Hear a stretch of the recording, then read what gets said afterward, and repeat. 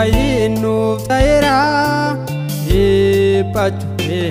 binasaan oolfattetta naaf jette toofoo dhangaggaa dhuguu kee naaf jette gindila ulfaataa baattu kee maasiif gonaan kaan akka diinaa jaallattee mootiin murteessee reebsisaa gaaddidisaa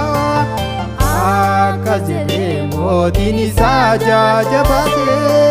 du'aan kan isaa ga'u miti jedhamee akkas jedhee mootiin isaa jaajabaatee du'aan kan isaa ga'u miti jedhamee.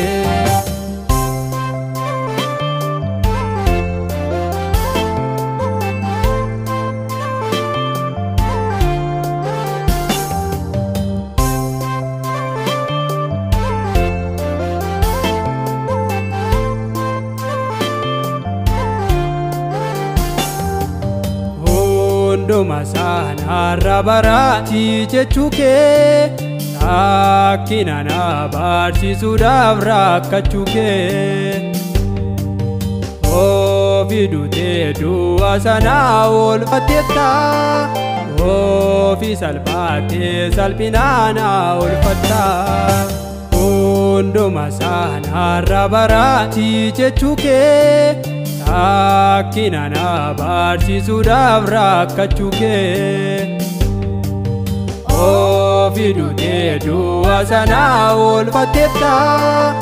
ofii salphaatee salphinaan oolfatta.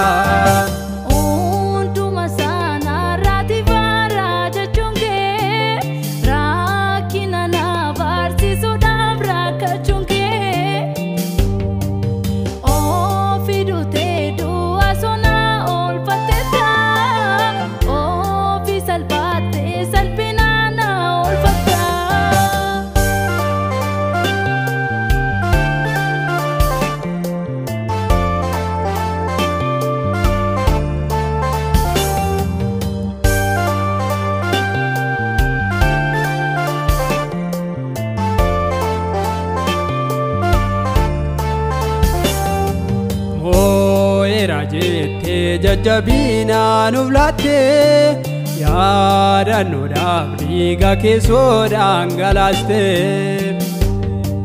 kana nyaadhaa kana lugaa fooniif dhiiga gooftaatti si kan dhiyaatee jireenya bara baraa qabaatuufi. Fooniif dhiiga gooftaatti si kan dhiyaatee jireenya bara baraa qabaatuufi fannifamuu keetiin fayyinnuuf ta'eera dhiphachuu binasaan oolfattetta naaf jette toofoo dhangaggaa dhuguu kee naaf jette gindila ulfaataa baattu kee maasiif gonaan kaan akka diinaa jaallattee mootiin murteessee reebsisaa gaaddidisaa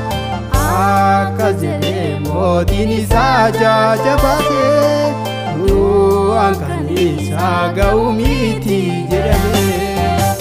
akkas jedhee mootiin isaa jaajabaatee du'aan kan isaa ga'u miti jedhamee.